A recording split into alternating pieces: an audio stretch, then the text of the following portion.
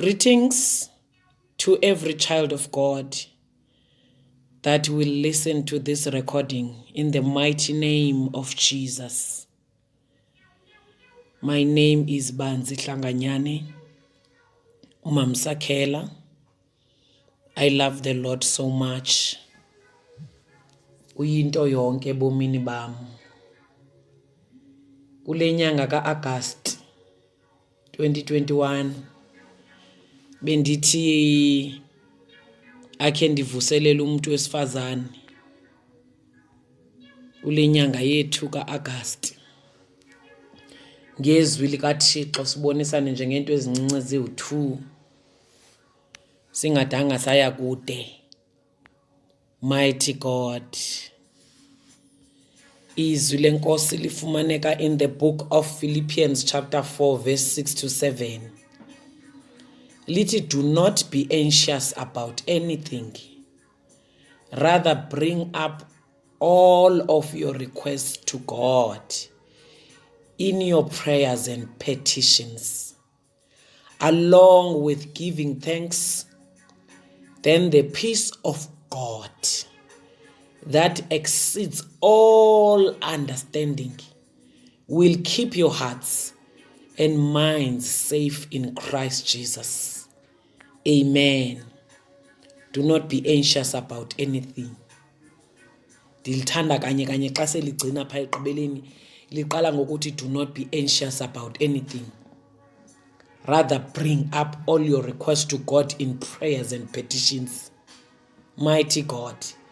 Lithi ke ngokuqibeleni, then the peace of God that exceeds all understandings will keep your hearts and minds safe in Christ Jesus. Amen. Nansi into indidla ke namhlanje bangcwele bam. Didliwa indaba yokuthi as abantu besifazane singabantu ababhizi kakhulu. Sibamba siyeka. Uthi bozigcine ula, uzigcine sola. But there is this thing that we need to do. Not to worry about what your tomorrow will bring. Not to worry about what you are going to do, but to take every worry that you have and send it as a petition and your prayer to your God. Kukhona enye indawo efumaneka yezwini lenkosi ethi, lean not to do things on your own understanding. Get the understanding from the Lord. So ayandikhuthaza kakhulu lamazwi ekuseni njena. Athi let us not worry about anything. Let us not be anxious. Why ngiwagxizelela kangaka lamazwi? It's because in most cases, busy as we are, we deal with a lot of things at the same time. But nje namhlanje nje ndifuna uhighlight indaba yasekuseni. Indaba yasekuseni. Kule pressure onayo, kwesi stress onaso, kwezi zinto ezininzi obhekene nazo ezikudlayo ezinye ungenazo impendulo zazo. Ungakhona ukulala kakuhle, ulala uguqile, ulala uvuka ngoba ucabanga kusasa ukuthi how are you going to manage? Ndifuna ukuthi chill, oh woman of God. There are things ezidinga wena njengomntana kaThixo ukuthi uthi chill, urelaxe. Noba imeko ingafuna ukuthi urelaxe. Ekuseni sibhizi silungiselela abantwana, sifuna bahambe baye emsebenzini, baye esikolweni.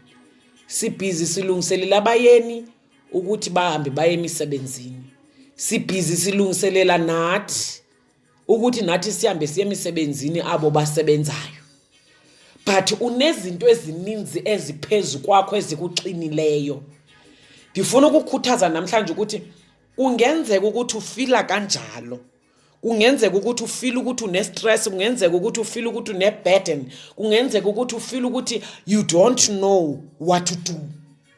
In such a way that without you noticing, i-stress onaso usikhuphele ebantwaneni, uthi uvuka ekseni ubangxolisa ubahlisa ubanyuka vukani nina nenza into entoni yithani ndifuna ukuthi wo sithandwa sam umuntu wesifazane suyivumela lonto yenzeke empilweni yakho suyivumela lonto yenzeke empilweni yakho uzibone sowuphakamise ivoice in the morning phezu kwabantwana phezu komyeni phezu kwayo yonke into obhekene nayo stressful as you are I just want you to guard against that. Lord, give me the spirit of understanding. Give me the spirit of peace. Strengthen me. That is why it is very important to start by prayer when you wake up in the morning. Uqale ngokuthandaza. Ukwenzela ukuthi uthole amandla amatsha awuthole wisdom from above, uthole wisdom from God. So that when you do things ulawulwa ngamandla kaMoya Ngcwele, ulawulwa spirit of understanding, ulawulwa spirit of peace of God that surpasses all human understandings. Uyayibona lanto siyenzayo ekuseni yokuthi sibe sichova abantwana sibachova sibangxolisa sibakwatisa abantwana. Ngifuna ukuthetha kakhulu ngendaba yabantwana. Mhlawumbe maningagcizeleli kakhulu kule yabayeni because sebebadala noko banendlela zabo zokuzilungisa before baphume.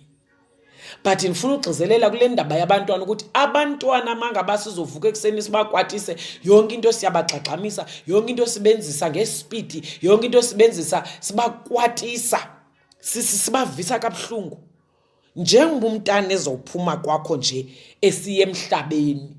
The moment at get out of your gate, get out of your door, uya emhlabeni lo mntana uyohlangabezana nezinto ngezinto uyohlangabezana nabantwana abaphuma kuma families angafani abaphethe izinto ezingafani abazoxelela lo mntana wakho indlela yokuhamba lo mntwana wakho ophume kwatile eksene kwatiswe nguwe ngoba nawe uphethwe sistress sakho.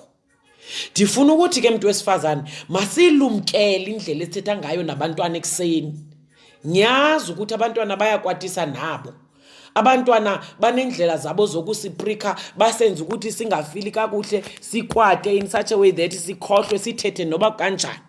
Kodwa ngiyakuncenga muntu wesifazane ukuthi khakumphathe kahle umntana kwekseni because umhlaba uzomamkela ngaphandle. Wena uzomkhupha endlini ungamxelelanga namazwi wenkuthazo, uzomkhupha endlini ungamthandazisanga nomthandazisa, uzomkhupha endlini ungakhange wamxelela namagama amnandi that will sustain lo mntwana throughout the day. Lumkele lonto sithandwa sami because izwe likhamisile lithe ngo ngaphandle lifuna abantwana bethu.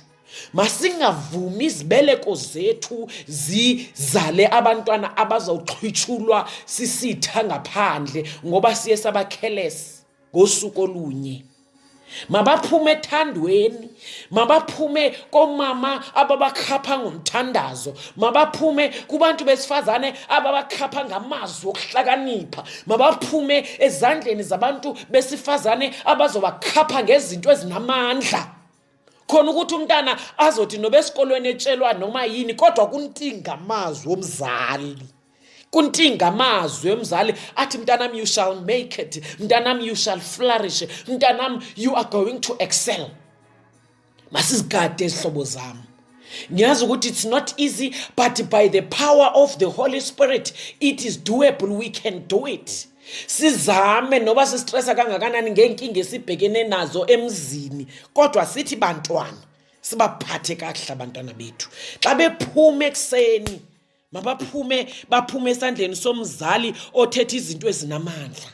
As I am closing, I would like to say to you, whatever that is worrying you, whatever that is making you to be bitter, whatever that is making you to be full of stress, do not be anxious about it.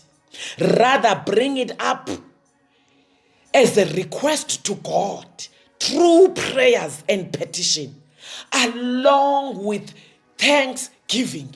Then the peace of God that exceeds all understandings will keep your hearts and mine safe in Christ Jesus. Ungavumi hlobo sam ukuthi ulawulwe yindlela oyiyo novangayo. Let that peace of God that surpasses all human understanding abide in you. In the mighty name of Jesus. May God bless you today and have a marvelous day. Amen.